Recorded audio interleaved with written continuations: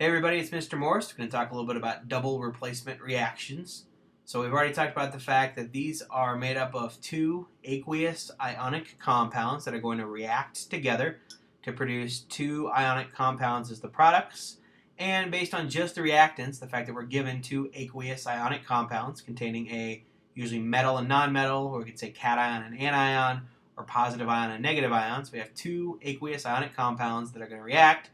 We're going to predict what the products could be, check to see if anything is actually made in the form of a solid precipitate, and if not, no reaction is going to occur.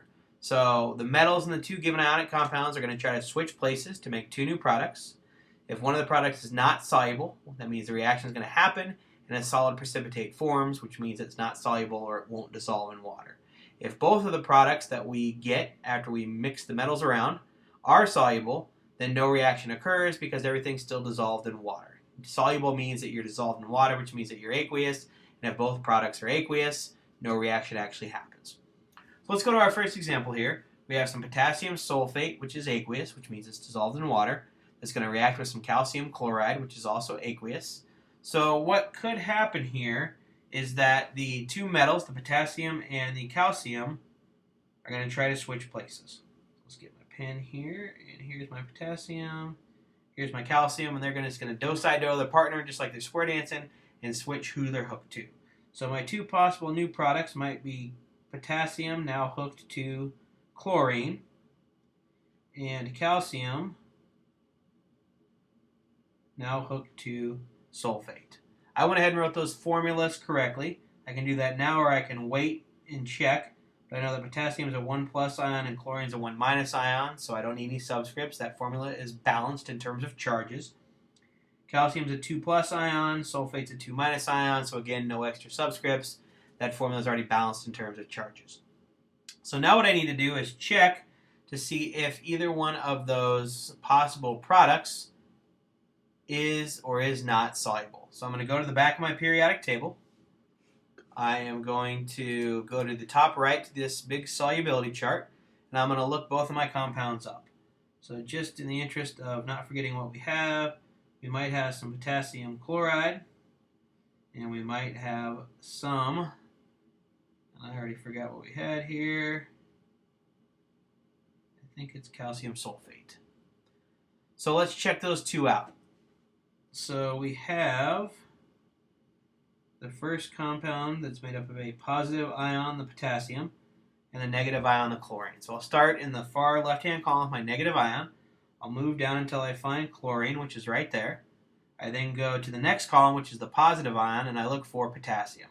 So this tells me that if silver, lead, or mercury hooks to chlorine, it'll be not soluble.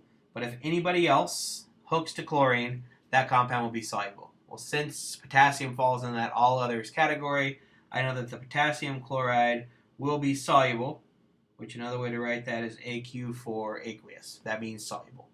Now let's check our other compounds. So we have our calcium sulfate. Just going to grab a different color here, maybe a blue. So the calcium is the positive ion. The SO4, the sulfate, is the negative ion. So I come down to my chart until I find sulfate, which is SO4, who's right there. I then look, and if sulfate hooks to calcium, strontium, barium, lead, or mercury, it's not soluble. Everybody else it is. Well, calcium falls in that category because he's right there. So that means that calcium sulfate is not soluble, which means it won't dissolve in water, which means it makes a solid precipitate. So I'm just going to put S for solid. So I know that this reaction will occur because one of the products will form a precipitate, a solid precipitate, calcium sulfate. The potassium chloride is aqueous, which means it'll stay dissolved in water. So now I'm ready to go back to my actual reaction. So I'm going to click on this guy right here. Looks like we lost what we had, so let's just add it back real quick that our possible products could have been KCl and CaSO4. And what we just found was that potassium chloride is soluble, so it's aqueous. Calcium sulfate is not soluble, so it's a solid. I had already written the formulas correctly in terms of charges for KCl and calcium sulfate. So now I simply just have to add what I know as part of the equation. I'm going to erase my placeholders here. And now this equation is written correctly. The last thing I would have to do is go back and balance this equation if I want to, which means I have to stick some coefficients in here. So I probably need a 2 right there. And I think I'm good. 2 potassiums, 1 sulfate, 2, yep. We're good to go. So this reaction does occur. Let's look at the next one. So we have aqueous barium nitrate reacting with aqueous nickel oxide. So again, the two metals, which are the barium and the nickel, are going to try to switch places. So my possible products could be barium oxide and nickel nitrate. And again, I'm just going to go ahead and write the formulas correctly.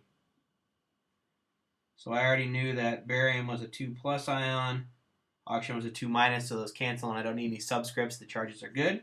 Based on what we had on the other side, I knew that nickel was a 2 plus ion and nitrate was a 1 minus, which is why I had to put in parentheses and needed 2 of them. So barium oxide and nickel nitrate are the two compounds. Now I need to go check on my solubility chart to see if this reaction is even going to happen. So let's go back to our periodic table. And again, just so we don't forget what we're dealing with here, we got barium oxide and we have nickel nitrate.